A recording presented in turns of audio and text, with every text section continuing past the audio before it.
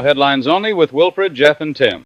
Yeah, George Clooney is all over the espresso market, man. I think it's his whole Italy thing. Yeah, he's big Italy guy now. He's just a big. He's trying to become an adopted son. Yeah, it's the Nespresso. He's in the Nespresso commercials. Oh, I was like, wait, there's a George Clooney espresso machine. Wait, we have the George Clooney espresso machine. Yeah, you guys do. Whoa. Which was also bought for Micah by her bosses. Man. Cool. Now, what about this? Adventure capitalist. Is that something? Yeah. Go ahead. Say one more thing. Yeah. So, okay. Let us give us a chance to hop on. Give us a shot at what this could be, Tim. So, you know how you talk to a guy at a bar, you say, what do you do? And a guy's like, I'm a treasure hunter, And you're like, what a stupid asshole. Back up a second. Uh-huh. When you talk to a guy at a bar, first of all, you ask him, what do you do? And then he says, treasure hunter? Well, I only perform at bars, but... that wasn't the point. That wasn't the fucked up part, Tim. Oh, okay. So wait, hold on. The response of treasure but hunter. He's on stage, so this... No. Well, it doesn't matter either way, but... Yeah, so he being says... a commonality. So there's these guys, they're treasure hunters, right? Sure, and people are like... You're just saying sure to Yeah. this? Really? You don't recall the storied... storied occupation of a treasure hunter? It's like sure, it's Indiana like, Jones, right? I mean, there are other words for it, like pirate, national treasure, yeah, archaeologist. A lot of them call themselves archaeologists. Archaeologist right? is another word for it. So you're out in the wild meeting a lot of treasure hunters, and Wilfred is just backing you up on this. All right, cool. Well, there are guys that are treasure hunters because they know where boats sank and they go and swim down there to find doubloons and shit, right? Yeah. But you're talking. I guess I'm just learning about this. So you're talking to them at a bar and they say, I'm a treasure hunter. And you go, okay, that's not a real fucking job, right? Whoa. Now, instead of treasure hunting. Huge turn in my reality. Oh my God, Tim! So you ask them what they do, they give their job, and you go, "That's not a real fucking job." Right. And here's the thing: Does he say, "Well, you're doing stand-up comedy? That's not a job either." Right, exactly, and that's how I know. So I know that your shit's not a job because the things I do are not a job either. Tim is a professional at not having a job. Right. So now you are really incredible at it. Instead of treasure hunter, we call them adventure capitalists. Oh, I see. Okay. So okay. So you're rebranding treasure hunters as adventure capitalists. Yeah, I do think that's great. Wow. You asked for one more part. And you did limit it to one more part. You did deliver in such a fantastic way. Oh man, yeah, that's better. For treasure hunter sounds cooler, but does seem like a job I wouldn't take serious. Yeah, you're like, okay, what do you pay in, asshole? Like you can't exchange your doubloons at the airport. That's what you're saying. Yeah, they're like, what do you mean I can't board this flight with a silver dish? How dare you? This is from the Ming Dynasty. Yeah, you're kidding? This is an official helmet from the Knights of Templar. This ivory is actually legal because it's from before 1893. So, yeah, I'd like a down payment on this house. Gang, welcome to Headlines Only, your place for the uninformed news. Jeff is gone today. The crowd goes wild. Yeah, let's give them a minute to settle. Sorry, people are coming in unison, so let's give them a minute to do that. Instead, we have actual good comedian Anthony Devito with us. Jeff and I play the same cruise line. Tough to have the higher ground here, but yeah, thank you. Are you on the boats now, Anthony? You know I'm on the boats, man. Oh, it is my always a treat to just be back on land. Yeah. The bar has gotten so much lower for stand-up comedy ever since doing cruise ships that I'm just so psyched to be surrounded by not sharks and pirates. Are you Treasure hunters. yeah. Venture capitalists and the like. now? Are you getting buried on these ships by like real hacky people that you've never heard of in your life? No, I am doing a great job of being buried by my own material and personality and stage presence. I seem to be doing fine on my own. Most of the shows are not showcase shows, so it's just you. So, no. And then sometimes you're on, like, you're doing 20 minutes, but I'm always first, so I'm always That's like... good. Is there a guy that says your name, or you walk to the mic in silence? No, they have like the fun director. They go, ladies and gentlemen. Honest title. They have they'll come out and they'll sort of they'll say a couple Caribbean phrases, and then a bunch of white people will be like, I guess I get to say it now. Yeah. And for like 7 days they're able to, and they have a great time with that, and they're having fun because they've played bingo with that person for a couple days, so they're friends. And then you come out with your brand of In your face stand-up comedy. in your face. Abrupt, sad guy, New York stand-up comedy. And they're trying to get away from their lives for a week, and then you just you bring them right back to the pits with you. Yeah. Your land to them. Yes. You're a stark reminder of their life back home. And then a big fat woman from Wisconsin after the show goes, Anthony, I don't know if I like that so much. Or whatever. Wagwan, Anthony. Wasn't for me. Wasn't them day my bucker. Wasn't them my cup of tea. them jokes is bumbleclot, Anthony. To me, you batty boy. So, but it weirdly has not gone as poorly as I thought it would go. There have been times, but, which then becomes you're like, oh, I guess I'm here now as a comic. You know what I mean? Are you getting exercise, or are you staying deep within the halls of the ship? No, I'm getting exercise. I will. Eventually, depending on how well the shows go, you kind of figure out that you just sort of move through the bowels of the ship to get to the gym, and then you exercise and you maneuver back through the bowels of the ship, just so you don't see people, so they don't just say whatever to you. Right. But and it's almost like better, because then if it goes well, then when people see you, there's that interaction. It's all kind of bad. Yeah, the public face of it. There's no fun about being a comedian off stage. Yeah. Even when you did well, it's not the best to talk to an audience. Yeah, it really. And then some people are like comedy fans who are disappointed you're there. I've had that happen. Oh, that They're know like, you. Anthony, we thought you were better than this. Yes. I've had that happen twice where like because some of these, especially our friends' pods and careers are huge. Yeah. So then they'll be like, I kind of did a double take. I was like, well, he can't be here from Stabby's world. Yeah. And then that was what I was just gonna and then they see you, and then they're like, they literally like I had one guy go like, "You're so underrated, man," which was like, I was like, it was nice, but it was crushing, But gotta go cry. Your eyes start welling with tears. Yeah. You start looking at that ocean as like a siren's call, and you you're sprinting towards the side of the boat, and he just tackles you. He goes, "No, Anthony, no! Oh man, You have a wife." Yeah, you have a wife and friends and love back home, but man, does your reality shift quickly when you're out there. But I did. There was the one. I'll tell you this. I try to tell this as brief as possible. But I'll take up some time. Who cares? All right. Is this an eat the clock kind of day? No, we got a lot of stuff to talk about, WILFRED but don't worry about it. Increasingly quietly frustrated. It's not We're that. not staying course. So what? Iran is at. We're at war with Iran. It doesn't matter. This is important. Not right now, WILFRED. We're on the high seas. Yeah. Also, we're at a ceasceasire, bitch. You've got 2 we got weeks. 2 weeks. Yeah, you got 2 weeks to tell the story.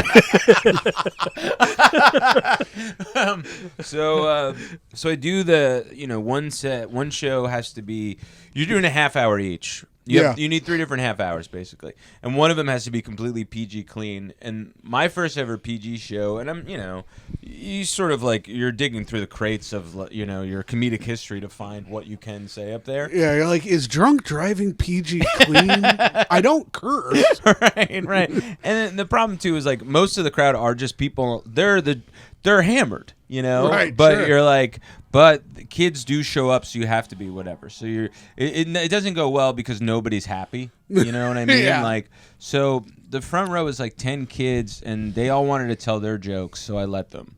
I didn't know what to do, and I didn't realize That is a good way to fill time. it is. Time killer. And that's for sure. that's what I thought. I was like, this is awesome. They're going to tell their jokes. I could riff off their jokes. That I don't even have to worry. I'm probably not even going to get to the stuff I was worried I'd have to try to get to and try to remember in the moment. But I kind of didn't account for we use comedy at all stages of life to process our fears, and kids are the most afraid of losing their parents. So they told exclusively orphan jokes. And Interesting. none of them were going over. They also don't know joke structure. Literally, one of the kids was like, "What's the difference between a regular kid and an orphan?" I was like, "What?" And he goes, "Well, a regular kid has parents." And I was like, I mean, not really a punchline, more of a hard truth, but sure. Listen, it got me. I was like, that's funny. But that is pretty classic 2013 anti-comedy. Yeah. So that kid is He could really have been a knows his Bushwick shit. legend. Yeah. Back in the 10s. Yeah. So 10 minutes of this, and the kids are ecstatic. No one's happy. This older couple in the front row leaves in a huff, and then but this younger woman next to them stays. And one of the kids, I did think this was very funny. One of the kids goes, "Some people just can't handle jokes," which I think was hilarious. Kids like liberals. Yeah, he's like a Kill Tony legend at this point. So That kid in Hans Kim headline. So this younger woman next to the older couple stays, and she goes, "I'm sorry. Those are my parents, and this is this. I have it on recording." She goes, "This is my parents. I'm sorry. They probably were offended just because they were both adopted and they're orphans." And I was like, "Wow, okay, like crazy." And then I was like, "All right, no more orphan jokes." This little girl raised her hand, and she goes, "This is a math joke." And I was like, "Thank God." How many orphans does it take to find their parents? I wish. Tim, I wish it was that. That's really funny. It's really, really, really funny. But she goes, why were the numbers 8 and 12 so scared? And I was like, why? And she goes, "Oh, because they were so close to 9/11. Incredible. How old was this girl? She had to be like 7 years old. That's great. Awesome. Yeah. That's It was incredible. Booze rained down upon her after it. little What? girl? Yeah, they were because they were already getting. They were getting so mad at the slew of orphan jokes, and they were getting mad at me because I was letting this happen. But I didn't know what to do. They were all having fun, But and it's like it's a PG. Go to the rated R show then. Right. It's also like if there are kids there, the show's not about your old ass anymore. Exactly. Like, you're not Exactly. you're not the audience anymore. It's these kids. It's these kids, and they're having a great time, and we're just let's live in this reality. How Did I many- know it was gonna veer left into a 9/11 joke? Sure, no, but yeah, it was pretty awesome. How many kids did it take till the audience started to turn? I'd say the 4th or 5th joke. Wow. Just because all of their jokes were like that. That's Although so some of them, funny. they had a good, I think one of them had like a Spider-Man How many did No you Way let Home go? joke that I liked. How many did I let go? Yeah. I let probably like 10. Oh, okay. It That's got- awesome. and That's so fun. yeah. I've been in.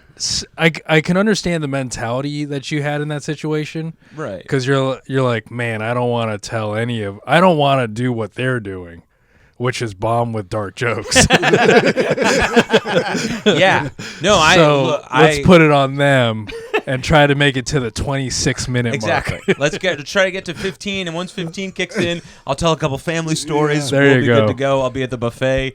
This will be awesome. But I did when the people were booing her. I did say that was actually an excellent 9/11 joke because of the scale to which it bombed. Did that get in there? That got something. Okay. That got, and the parents of the kids.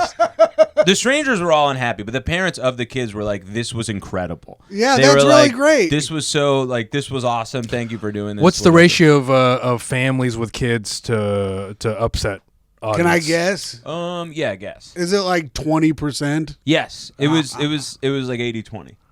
80% upset audience? Yeah. Well, they're 10 kids. They only have 10 parents. And Yeah. there's Sure, like 100 sure, something yeah. people in the room. I kind of know how big those rooms are, Yeah. like from Jeff telling me. That's how I was able to kind of guess it. Yeah, that's a really accurate guess. That's really funny. That's so good. What And if he was first, so there's another comic after that. That would have been amazing. I would have loved that. Fortunately, I just had to sit in what I created. Yeah. this girl's like, I have a math joke. If you do the math, really, only about 1,500 Jews died in the Holocaust. Still bad. Still bad. And so her going still bad is the wherewithal to say that. Don't get me wrong, still bad though. Still Still bad. bad. It's so funny. That's a great 9/11 joke from a 7-year-old girl. I thought it was. Yeah. To boo a 7-year-old Dude. girl is fucking insane. I know. Do you think they were booing you? I think they were booing the situation. I think they were booing that I let things get to a point where now a little girl feels empowered to tell a 9/11 joke. Well, she heard it. Did you ask her who she heard it from? No, I didn't. I was so happy. I could barely feel my extremities because I couldn't believe it worked out so perfectly comedically. You know That's what I mean? so Like, awesome. Are you going to post that? I think as I'm a- going to start doing it as a bit. I think the Oh, story okay. itself. Yeah, could the be a story's bit. incredible. Yeah. But I didn't. But you said you have it on tape. I don't know Oh, if I you could. if you blur out the little girl. I mean, well, here was the other problem that I had them do because I thought it was funny is I would have them. They had them take all their clothes off. That's not I funny. had them And say their school and address. What I did is not much better. I had them say their age, their name, their age, and then Their social it just security so number. happened that they started saying their genders, and then I didn't demand that.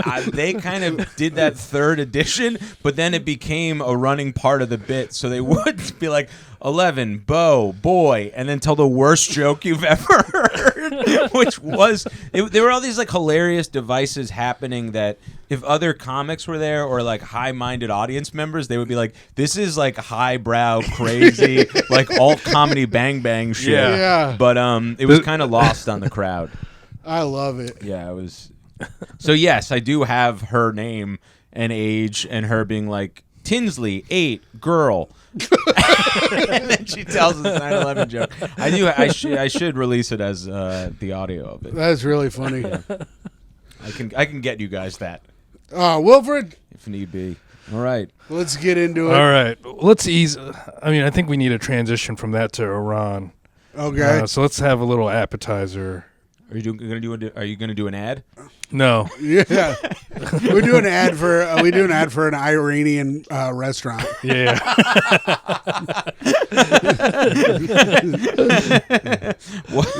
What in your head? What is an Iranian restaurant called, and what do they sell?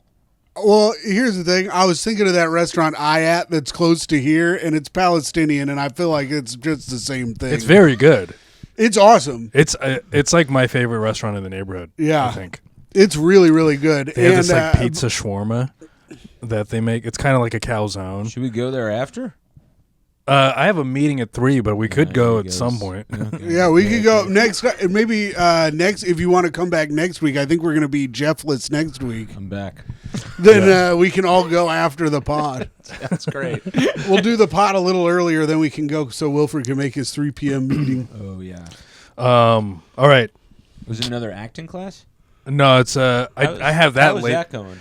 It's going pretty Before good. we get into this. I mean, there's a sad event happened in my life, so I haven't been to the last 3 classes. But you can use this. Yes, now I can tap into sadness, and I can feel what loss is in front of my classmates. In front of people you just met 2 weeks ago. Yeah. Yeah. Normally, I have to remember my Down syndrome friend dying to get a tear welling Move up. over, Ronald. Well, and for my first 2 classes, I had to pretend like I was Tim, who was like remembering about the Down syndrome friend. It was a sound and fury situation. Yeah. That's really, really funny. If the acting teacher asks, what is your motivation, by the way? Well, a friend of mine met someone once who had Down syndrome, so trying to like jump in his head and feel what that was like to meet that person. I've lived a charmed life.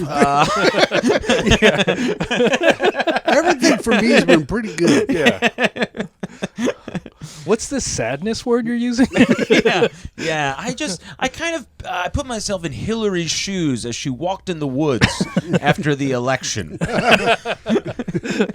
Damn. But the class is good.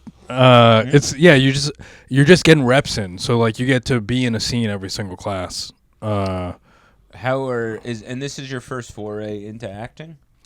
I mean, since college. I took sure. acting classes in college. To meet guys. Yeah. Damn, dude, got him. I'm just like him. In a lot of ways, I'm him. Just kind of the coolest dude that's ever lived.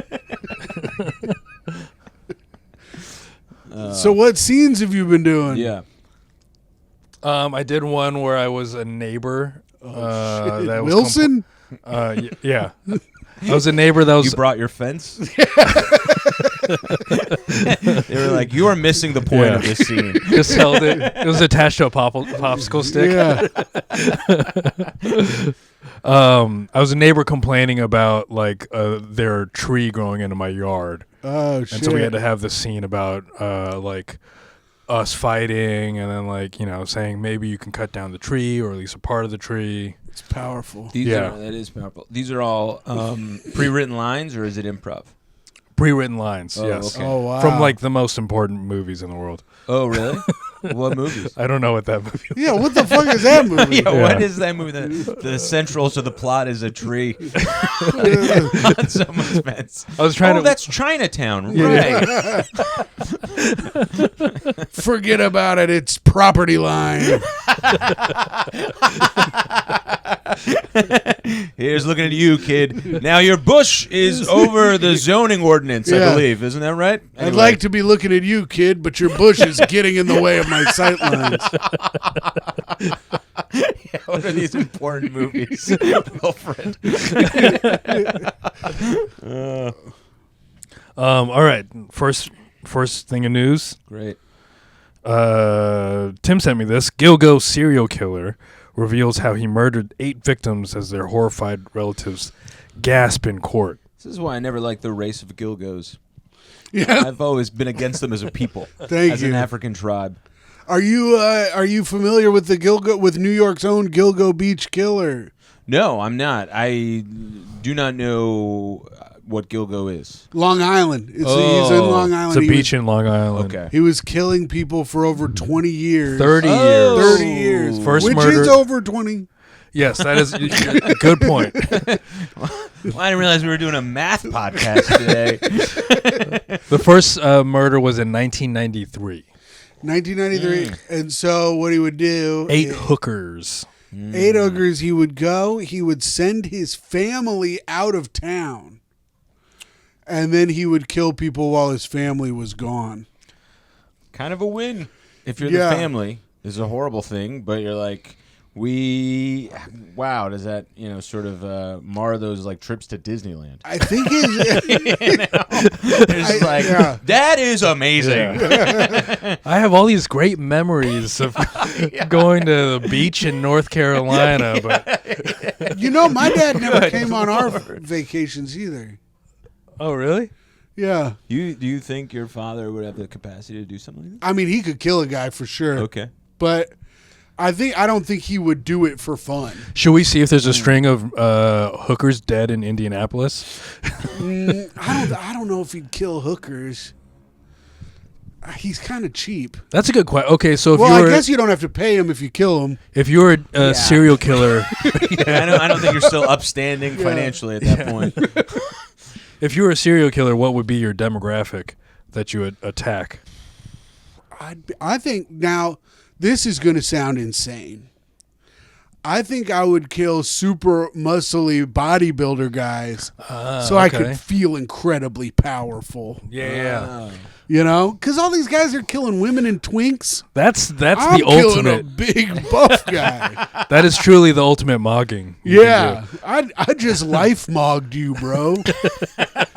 And now you're fucking death maxing. Yeah. Murder maxing Tim. Would it be a thing where you would have a sort of holy grail? You know what I mean? Like Brock Lesnar would be your ultimate. Oh sort of yeah, kill. that would. Sure, If I killed Brock Lesnar, you go to jail. People are like, he killed Brock Lesnar. No one's fucking with you after you kill Brock Lesnar. Right. Or they might fuck with you more because you killed Brock Lesnar. Are you saying that because like you now hold the title? Yeah, I'm now the top dog. Yeah. I thought about that. I remember when DMX went to jail or prison, I was like, yeah, a lot of people were like, well, no one's going to rape DMX. But then I'm sure some people were like, I would like to be the guy that rapes DMX. Yeah, of course. I guess people watched his music videos and were like, man, I'd love to rape him before he even came to jail. Okay, interesting. Doesn't he rap about raping a guy in prison? But it wasn't gay.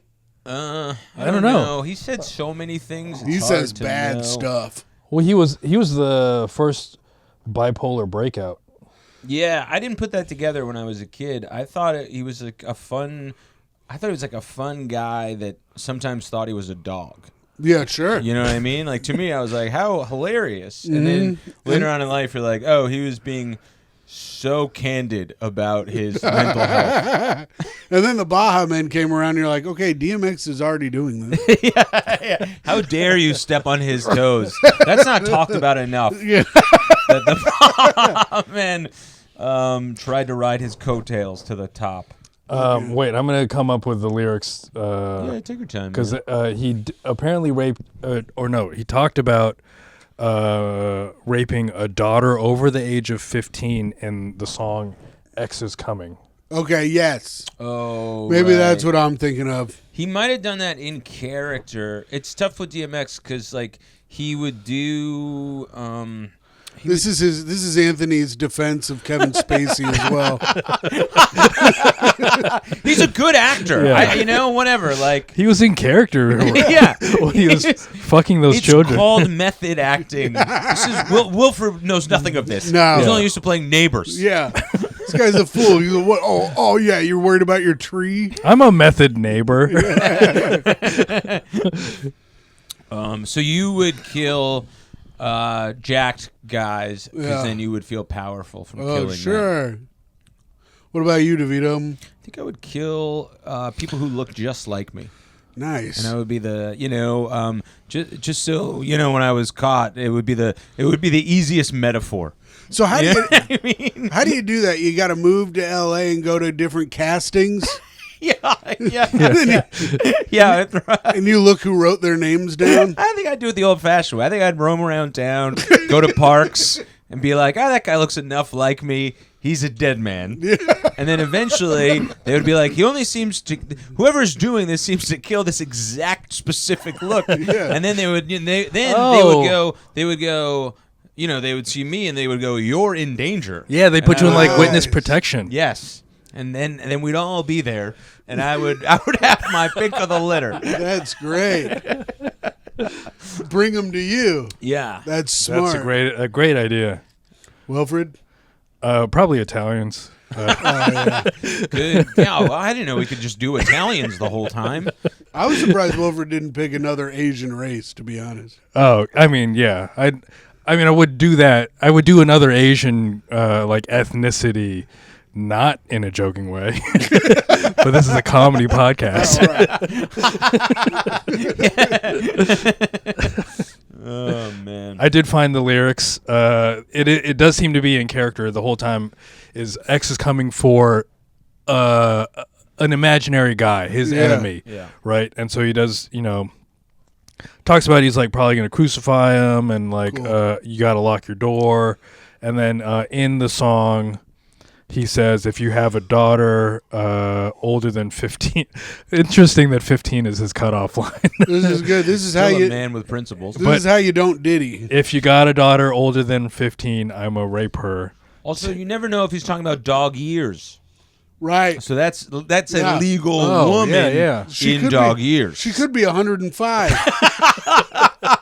We don't know. She has to be 105 or older. Exactly. He's in court saying that, and he's like, whew, that was close. Thank God I think I'm a dog person. Yeah. So yeah, Gilgo Beach serial killer. Gilgo Beach. I feel like I heard about this a couple He got years arrested a couple years ago, Okay. and he pled guilty today. I Yes. Yeah. Um, And they charged him today. Okay. Yeah, so they went to his house. If you've seen his house, it's kind of like it seems like the house in Silence of the Lambs, where it like looks kind of regular on the outside, and then it gets more and more fucked up on the inside, which of course is symbolism for the mind of the killer in Silence of the Lambs, as we all know. It looks fine on the outside, but the deeper you go in, the more fucked up it gets. Little something I learned in film class. You should write a book of platitudes like that. That would be so fun. So wait, what were the specifics though in terms of how it kind of looks fucked up? You mean the house? Yeah. His house? Yeah, like how Silence of the Lambs, there was like a well with a bucket or whatever. Oh, yeah. So they didn't have any of that. But it's like dark in there, and he wouldn't get anything replaced or fixed. Oh, And so things in yeah. there were like kind of broken, and like it was all. And I think it was his childhood home that he grew up in. Uh-huh. And so. And I think the outside is a little overgrown, possibly. Wilfred, am I wrong on that? It looks pretty overgrown. Dead giveaways, Yeah. like an unkempt lawn. Yeah. That's such I a mean, strange... my parents had a Yeah, guy. have you seen all those videos of those guys who like, I'll cut your mow your lawn for free, so you can like make a TikTok video? of Yeah. No. it? Constant, like it's always like an old lady who's a serial killer, clearly, and then the guy is like, I'll mow your lawn for free, and then he has like hundreds of thousands of likes on every video. He's just a do-gooder? I mean, Yeah. it depends on who Right, you think right. He's his trying to get a brand clients deal. are. My parents, You think he's exclusive to serial killers? yeah. He's trying to Interesting, stay Wilfred. safe. Oh, I see. My parents live in like a regular, pretty nice neighborhood. Nothing. It's like a regular neighborhood in Indianapolis. Right. It's not. It's Here's not. some photos, by the way. Oh, yeah. It's not like ultra nice. It's not like It's like right middle class. Right. Sure. But there was a house, all overgrown, everything on the outside, turned out to be a meth lab in their neighborhood. I had the same thing in my neighborhood. Two Yeah. houses down, all overgrown, everything, shit all over the yard. And then they had a little like RV come in, and they parked it out front. Right. Meth lab. Jesse Pinkman style. Yeah. Man. They Pinkmaned. What is it? I mean, I guess you just get so busy that you can't tend to the lawn. Yeah, it's Yeah. hard to like Well, serial yeah, kill and mow a lawn. You're serial killing your You mom. edge your lawn. Yeah. What You is have it? details to worry about elsewhere. What is it about landscaping that like these criminals can't seem to get? I think I might be wrong about this, but I think the Gilgo Beach Killer would go into the city every day and was like a high up, like kind of CPA guy too. Okay. Oh, okay. That might be someone else, but I think so. And I'm- he exclusively, yeah. Go ahead, I'm sorry. remembering all of this from a thing I watched a while back. Right. And he exclusively killed sex workers. Yeah, Okay. Yes. and then he'd bury them around the beach. Do Yeah. you think other serial killers think that's hack?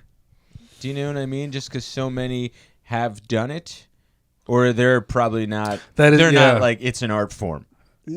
I think that's a good that's a great question. Is killing a sex worker like the Chitlin circuit? Right, like just like stand-up I don't even like take you serious. You just kill sex Is it workers. the black thing to do? Is that what Wilfred's saying? What the hell? I was trying to absolute fuck. I was trying to get past that one as quick as I could. I was hoping you didn't stop No. on it, Tim. Oh, brother, That's the clip. That's the clip, and we're gonna use Anthony's face while I'm talking. I'm racist. I'm gonna have to address it.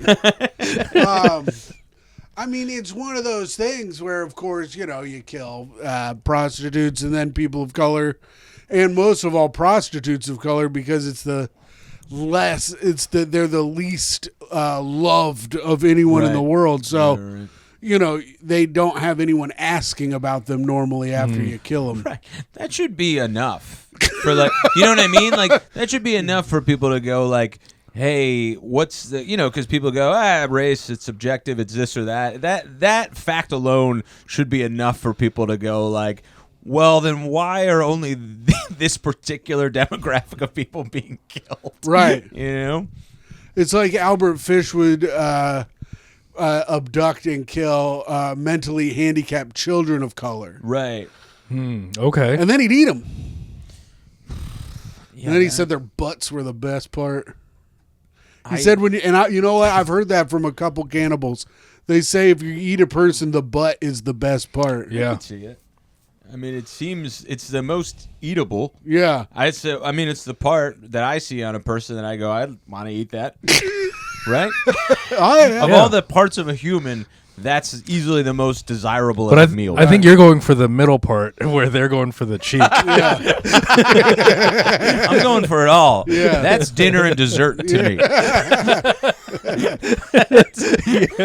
That's a trip to Sizzler in my eyes if you're doing it right. This is what the guy looks like, by the way, just to let you know. He wore a toupee to court. Actually, in this one, it doesn't look like a toupee. Oh, it looks like a toupee to me. It just looks like a really bad haircut. My Uncle Steve will do this thing where he points at people in public who have toupees, and then he follows them with his finger, and he yells toupee. I think it's so cool. I think you've told this to me every time I've ever talked to you. I and love you should. Here's the thing. You're right. It's so funny. It's my favorite thing anyone's ever done. It really is. He did it every Colts game. We had season tickets to the Colts, and we would stand King of the Hill style in front of our section and drink beers and watch people walk by. And when someone had a toupee, my uncle would, as loud as he could, yell it and follow them with his finger. And no one ever did anything. Awesome, man. That's funny. I read a book where there was a character who worked for a toupee company, and their job was to stand like on a bridge and just count how many toupees they saw. Really? Yeah. I also had. It's like your uncle's dream job. That would be great. Right. His passion. You could get paid for it. Damn. Instead, he used to work with me and my dad, and he was sad. I think he was sad knowing he could have done that. Right. There was always a sadness he carried and didn't know why. Yeah. He knew there was a job out there for him. I think I probably told you this. If I told you that about my uncle, I probably told you this. I had a history teacher in high school who had 3 different toupees. Whoa. He had a short, a medium, and a long one, so it looked like his hair was growing. Amazing. And That's awesome. And every time he'd put on the long one, he'd come into class and go, "Oh, looks like I'm going to need a cut." He'd say it every time. And then he goes into the utility closet with comes back with shorter hair. Yeah. And then everyone would make fun of him behind his back about his 3 toupees.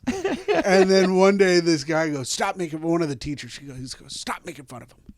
His wife left him at the altar 25 years ago." And I was like, God. And I wanted to go, "This isn't helping. Yeah. Don't give them more." Yeah, don't.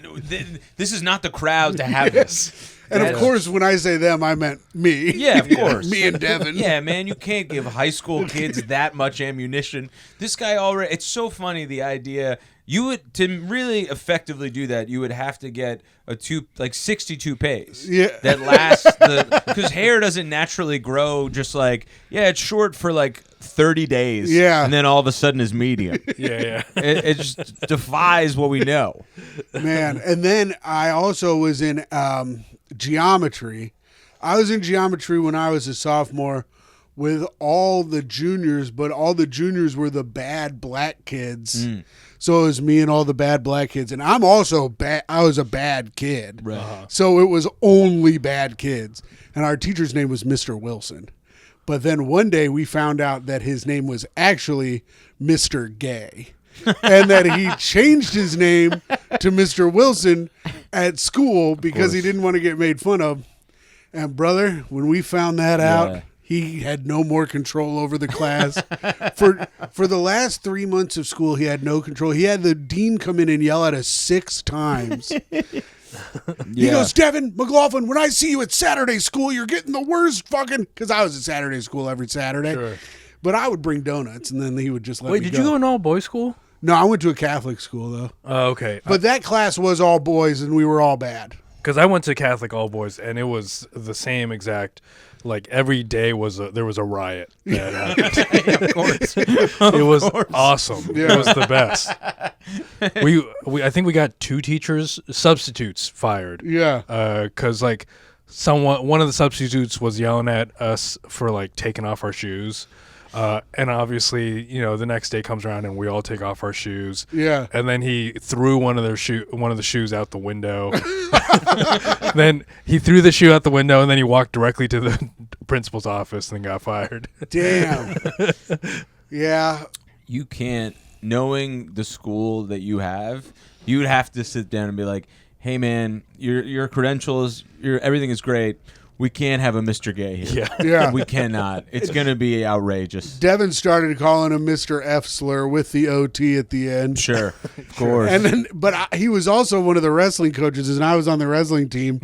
So after class, when I was being bad, he would beat the fuck out of me at wrestling. But the whole time I'd just be like, I'm going to get him tomorrow. Yeah, man. These bruises will heal, but you will be Mr. Gay tomorrow, dude. What else we got, Wilfred? All right, let's jump into some Epstein stuff. The FBI censored Epstein notes revealing what Trump's 13-year-old accuser actually told investigators. Mm-hmm. Oh, good. The things that they censored. The whole story was that Trump didn't like her from the get-go. Actually, okay, they censored the fact that that Epstein was flying her and driving her to New York and New Jersey, which technically I guess becomes sex trafficking. Yeah, right? if he's doing it for across state sexual lines. reasons. Right. But Trump didn't like her on the get-go, but then he unzipped his pants, pushed her head down, and then she bit him in the wiener. Oh, that's Damn. right. Yeah. In the wiener, not even on. Inside. Got in there. She got in there. Oh, dear Lord. That's not, well, and so they are also saying, Todd Blanche came out after they fired Bondi and said they're not going to prosecute anyone in the Epstein Files case. Oh. Okay. So that's good. Yeah. That's really good. Yeah. Everything stays status quo. Yeah, and that's awesome. we all learn that you can do anything you want and there will be no repercussions. Well, I mean, this story, clearly Trump is the victim. He didn't even want this girl. This girl was forced on him Well, she... and then bit his freaking Who pecker. Who knows what she was going... Maybe she had to go through a medical procedure. And you know how, you need a belt to bite down on when you're going through, you're getting, your shoulder realigned? Every time I've gotten surgery. Yeah. So maybe he pulled his wiener out. He was just trying to help her get through a tough time. Exactly. Totally. Yeah. No. DeVito, That's you've gotten totally surgery, right? plausible. Last time I got surgery, my doctor took his belt off and put it in my mouth. And said, "This." He goes, "I'm going to scrape all these polyps out of your nose. This is going to suck, but just bite this." Yeah, this seems like an open and shut case Yeah, to me. sure, I yeah. don't even. Good for Pam Bondi for not even diving into this further. I don't get why she's not prosecuted. Yeah. yeah, she should be in jail. This is sexual assault at minimum. Yeah, I'm just. Let's get Olivia Benson on the horn. At every turn, our president just turns out to be as brave as we think he is, and I think it's just reassuring. Yeah. DeVito, I don't know if you know this. Wilfred is basically the defense attorney of the podcast. He comes up with good stuff, as any good attorney would. So Yeah, I do see Wilfred taking a Johnny Cochran turn in his life. oh yeah.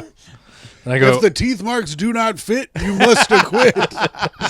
Yeah, and someone's like, I think I took an acting class with that guy. He yelled at me about my shrubbery. I knew then. So yeah, next piece of news: Trump compares himself to Jesus and says, "They call me king now." During Holy Week. By the way, Jesus rose a couple days ago. Yeah, he is risen, of Rose from course. the dead, and Trump said that ahead of Holy Week he compares himself to Jesus. He said on Palm Sunday Jesus entered Jerusalem as crowds welcomed him with praise, honoring him as king. They call me king now. Can you believe it? Well, he was okay. He was joking. I saw that he was kidding. He was kidding, but this is. I think Jeff didn't read the whole article. Yeah. Jeff sent us this, and Jeff didn't read that Trump actually looks really good in this. Because Trump says, "I'm such a king, I can't even get a ballroom approved." And I'm like, Oh, man, wow, like a self-aware joke? yeah. And I was Yeah. like, That is... anyways, but we have to show both sides of Trump. But Of course, yeah. there are likable aspects of the guy. but also on maybe it was the Saturday or maybe it was on Easter, his spiritual advisor did compare him to Jesus. Sure. Actually did. He is very much like Jesus. Right. Go off, Wilfred. Well, first of all- tell Anthony about it. Please. First of all, Donald Trump and Jesus both loved prostitution. Right. Right. Very behind the They profession. handled them differently. Yeah. I think Jesus just kind of like hung out with her and they ate wheat bread or whatever. Sure, the yeah, hell but they did. they didn't write down everything they did. Right, fair enough, yeah. Okay, here's another thing. Like, you've seen Donald Trump's skin. Yeah. He has leprosy, probably. Okay, yeah, that So works. he also loves lepers. Okay. Okay. Jesus was a carpenter. Jesus Trump is healed building. lepers, but yeah, I don't even. Yeah, But I mean, yeah. Jesus loved everyone apparently. Jesus was a carpenter, and Trump is building a ballroom. Those are the same things. Right. Okay, So- that's good, Wilfred. I like that one. Is the one Wow. that's made the most sense so So far. far, a rock solid case. That's What's yeah. the So I smoking win. gun? Oh, that was it. So I win the argument. So I couldn't keep thinking of these things. his spiritual advisor took it one further and said that he was falsely accused of crimes much like Jesus was. Oh, yeah. And he's been crucified in public much like Jesus has. That's good. I mean, if you're, I forgot that was that was buried in here. I didn't. It was one of my points. I just forgot. Yeah. Yeah, I mean, Wilfred, that's why you're not the spiritual advisor to Donald Trump. But Donald Trump's spiritual advisor also is one of those mega church, if you send me money, you will get money people. Sure. Of course. And have you seen her preach before? No. She goes, I need $100,000, $10,000 from 10 people, $1,000 from 100 people, $100 from 1,000 people. I need $10,000. And if you give me the money will come back to you. But it's so crazy just to say, I need $100,000. I mean, I'm not making that up. That's like verbatim what she said. Right. Man, have you ever seen the Instagram account? It's called Pastors with Props. No. It's just a series. It's a series of small clips of like sometimes not even mega church. Sometimes just like a guy in a conference room who like there's one of them is my favorite. Just like a woman comes out and she has like luggage she has so much luggage around her and she goes and she's just like, this is the extra baggage you're carrying if you're not with Jesus. And she's like surrounded by like Yeti luggage. It's so funny. Yeah. Today's sermon sponsored by Yeti. Yeah. It's pretty cool. Now, if she was like Trump's spiritual advisor, she'd be carrying Ramova around. What is Ramova? It's very expensive. That's luggage. expensive stuff. Oh, yeah. okay. It's what the kind of luggage Micah has. Oh, Really? sure. Oh yeah, Because that stuff comes in like thousands of dollars per piece. brother. Don't you worry about what's happening over at my house. You count your own dollars. You watch your land. I don't need to see your tree creeping over looking at my girl's luggage. I tell you this, I roll it around at the airport sometimes when we travel together. It's the most incredible. It's Really? like incredible. What's the difference that you go? It glides Whoa. like it's Oh, okay. on air. Yeah. That's pretty cool. Your regular bag is going. It certainly is. This shit is going. Wow. It's amazing. It truly is amazing. And if you watch, we'll watch like shows with rich people in it, Succession and stuff.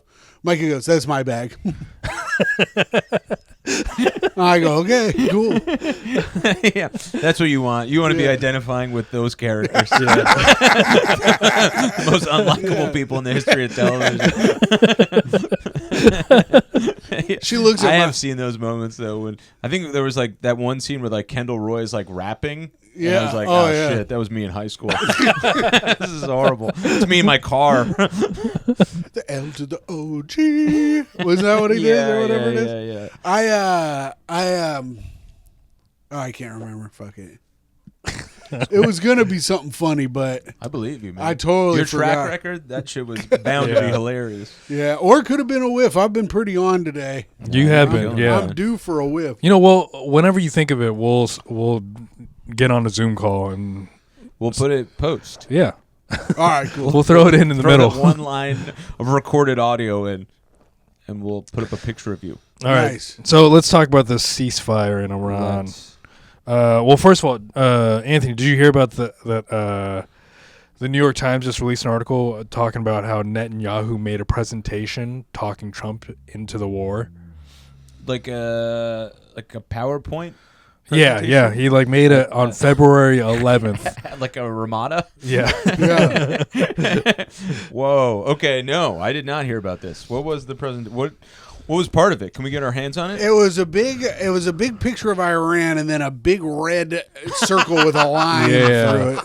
And he said, "Imagine the maps looking like this." As vitamin C played. Friend of the show, Tommy McNamara told me when he was on jury duty, and the guy, one of the prosecutor made a presentation at the end for their final speech, and it Yeah. just says "guilty?" and the next slide said yes. And Tommy goes, "Even if he was guilty, after that, I absolutely could not find him guilty." That's pretty awesome. It's amazing. Oh man. But part of the presentation, what the most like convincing things was Netanyahu said that we wouldn't need to put any boots on the ground, because if we attacked them, like Iran would collapse so quickly.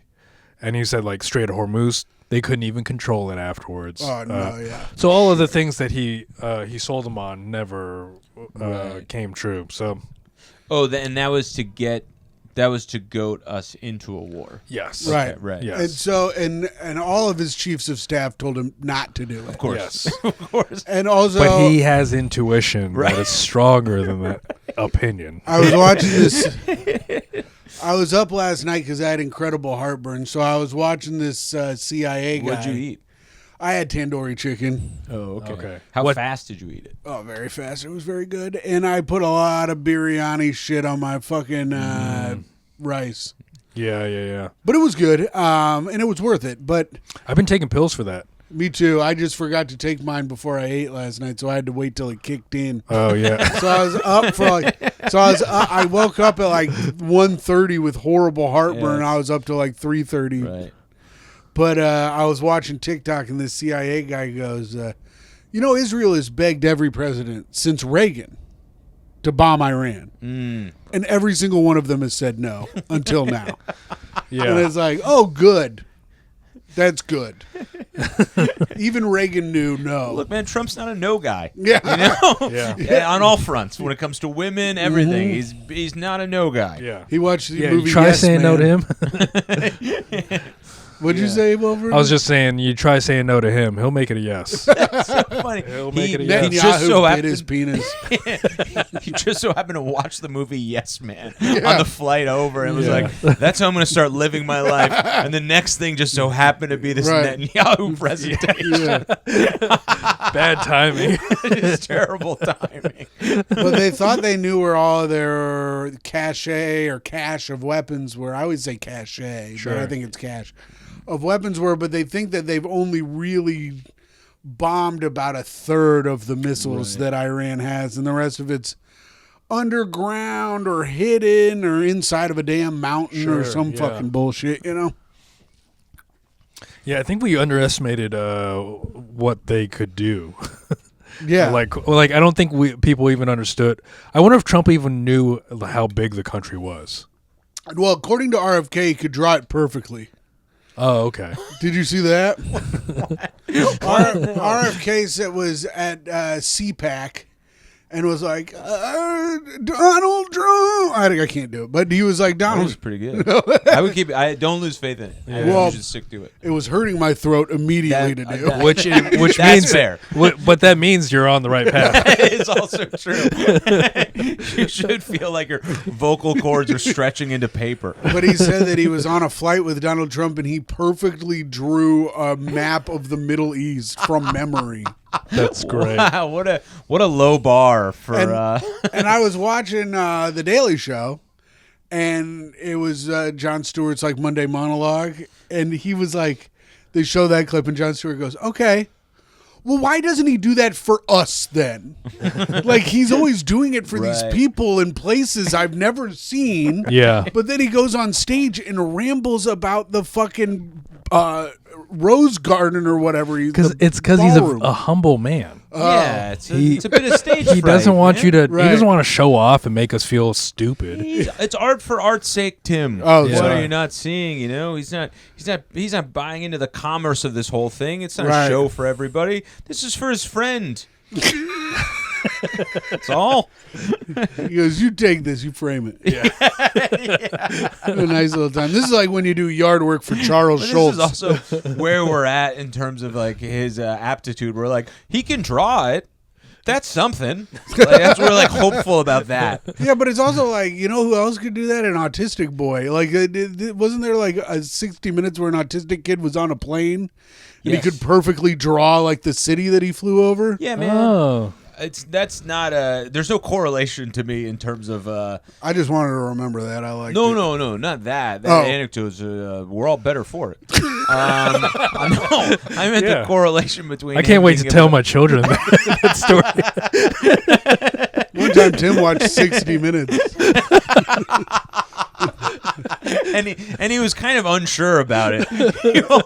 And to be honest, the segment was called Geniuses, and he didn't watch it at the time. He watched it 2 weeks ago on YouTube. Because it just played after another video he was watching. Of other mentally handicapped people accomplishing things. But apparently, so we're at a ceasefire now. Okay. And we're at a 2 weeks. ceasefire because 2 weeks. the Pakistani prime minister begged. Yeah. Apparently. This is what you need. Pakistan. You know you're fucked up when Pakistan is like, hey, voice of reason, yeah. let's fucking chill. But I don't know if you guys saw what the Pakistani prime minister tweeted. If you go back to the original draft of the tweet, it says at the very top, draft for Pakistan's prime minister message on X.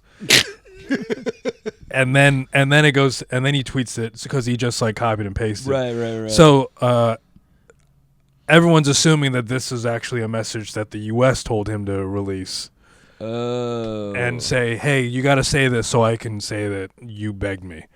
Oh, right. Rather than what, like everybody was basically telling him not to do this because it's stupid and all the other reasons. Oh yeah, Yeah. but you can't go back in time. Right. But as of now, the Dow Jones is up 1,200 points on the Wednesday after no nuclear bomb. Maybe Pam Bondi's gonna get her job back. The New York Stock Fingers Exchange, crossed. The New York Stock Exchange is at 555, or it's up 555, and the Nasdaq is up 612. All big numbers for the day. Those are big numbers. That has been our stock update portion of the pod. It means literally nothing to me in any real way. Let me see if I'm gonna check my stocks and see if it means anything to me. Oh, let's see. Wilfred's up $18. Wilfred, are you up today? Yeah, I am. A lot? Yeah. Wow. Are we looking at a new house plant?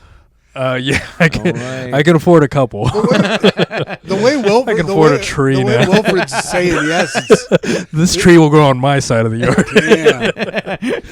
yeah. That was a couple of $1,000 yes from Wilfred. That's a big yes. Yeah. It's a big day. You should take your boat money and invest it into Wilfred's investments, it sounds like. Guys, what are we gonna do with our 2-week ceasefire back home? I mean, that's what are we gonna? We're gonna take a trip. What are we doing with this? Let's go to Cedar Point. Let's go. I fucking love that shit. It's the rock and I roller. always wanted to go. You've man. never been? I've never been. Dude, it's awesome. It's the rock and roller coast. Man, all right.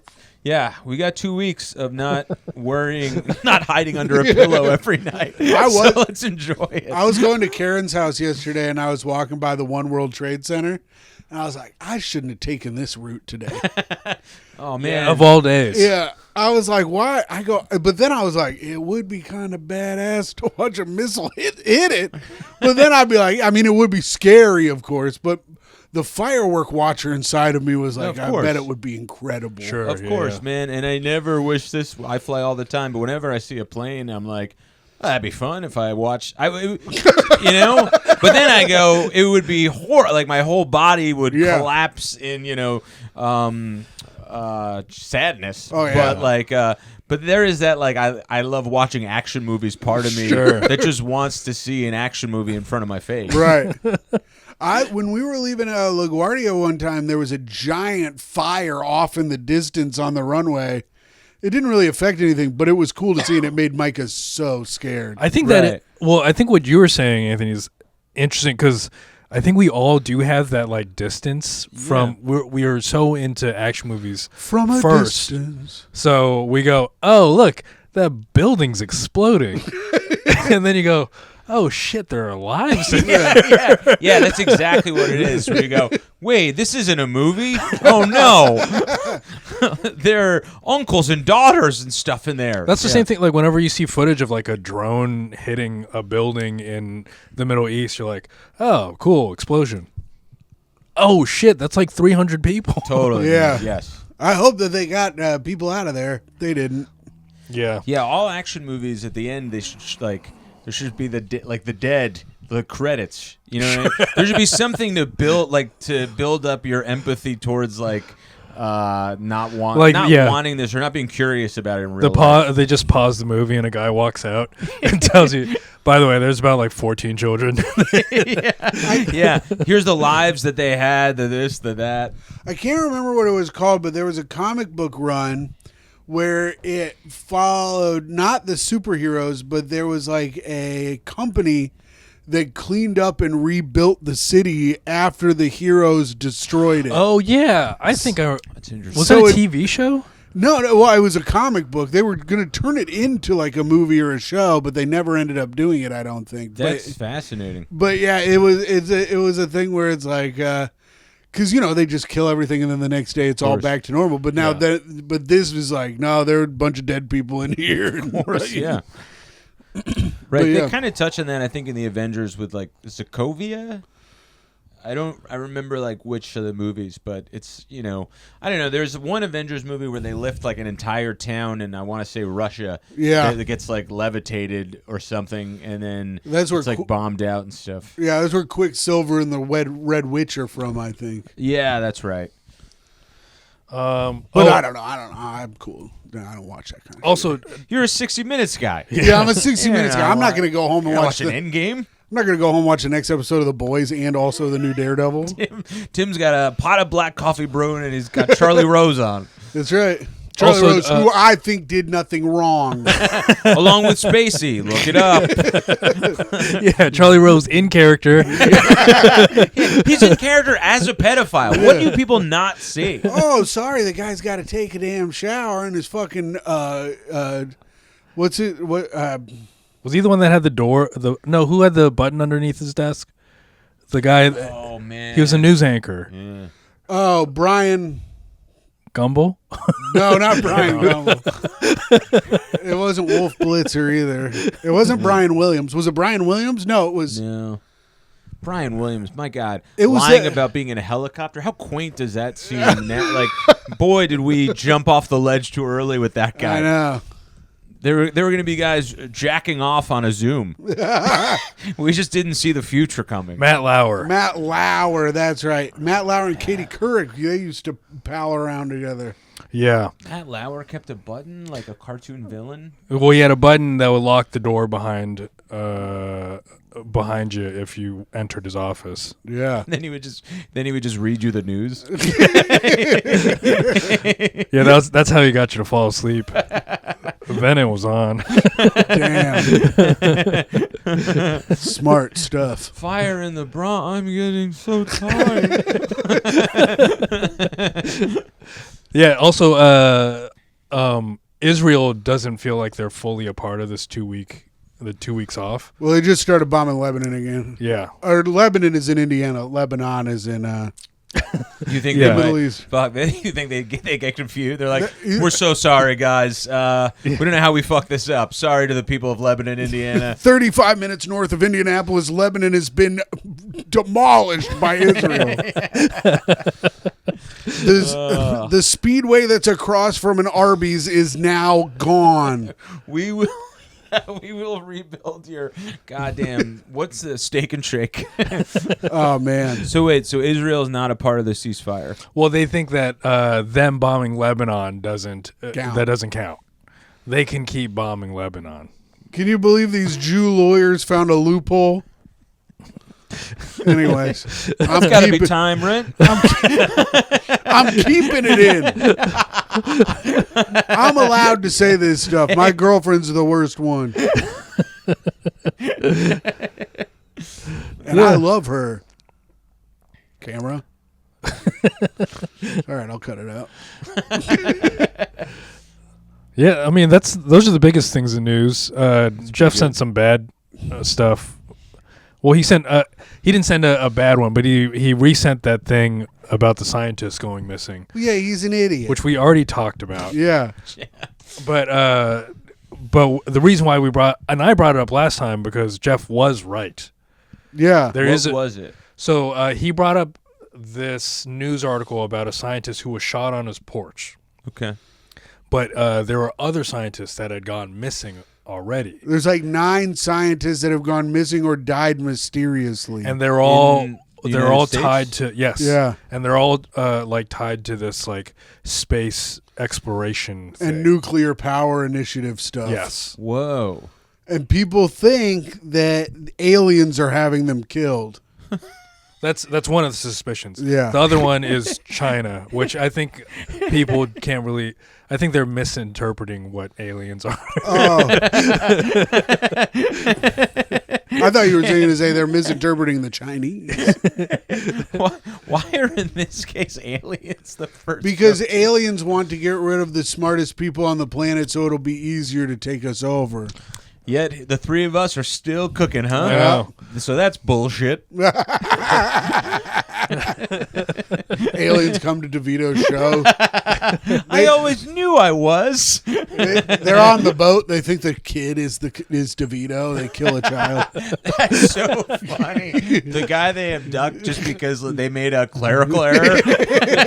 They're like, just some boat. That's like a movie from the 90s that grosses millions of dollars. Just Pauly Shore on a spaceship, like Fire in the sea. Man, that's good. So yeah, the aliens. Yeah, I scored a 1600 on my SATs, buddy. Did I tell you guys before we wrap up? Did I tell you guys about how I got kicked out of the Cosmopolitan in Vegas? no. Pauly Shore was checking into the. I wasn't staying there. I was just drinking at a bar, getting really hammered at the Cosmopolitan, and Pauly Shore was checking in with a prostitute, and I go, "The Weasel checking in with the whore," and the guy's manager for the casino goes, "Sir, are you staying here?" And I go, "No." He goes, "You're gonna have to." Worth it. Yeah. Totally worth it. I couldn't have gotten a worse look from Pauly Shore too. That's awesome. Tim, man. I was so drunk. Delivered. Yeah. Well, Anthony, you got a special out on YouTube. Special out on YouTube. It's still up there. Just hooping. They haven't taken it off, man. Straight hooping. Straight hooping. I do complain about it every week. So Yeah, I am. And you do not know how to complain because I'm getting all your emails. They are not going to YouTube as you think they are. oh, I know, they're direct messages. Yeah. You've been calling me.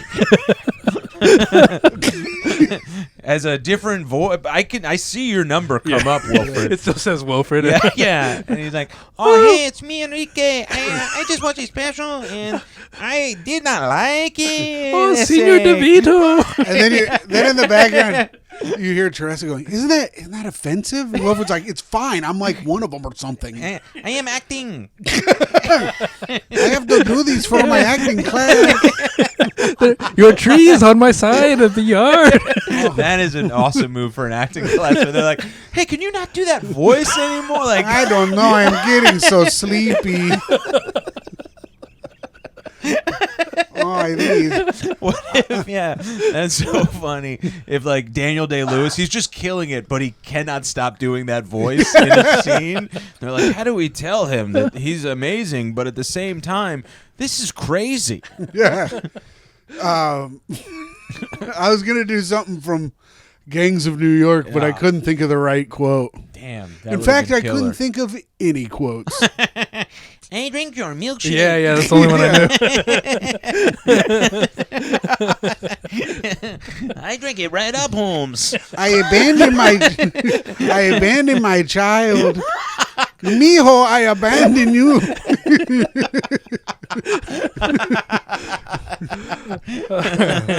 All right, listen to Great Hang Yeah. and follow Anthony. Bye.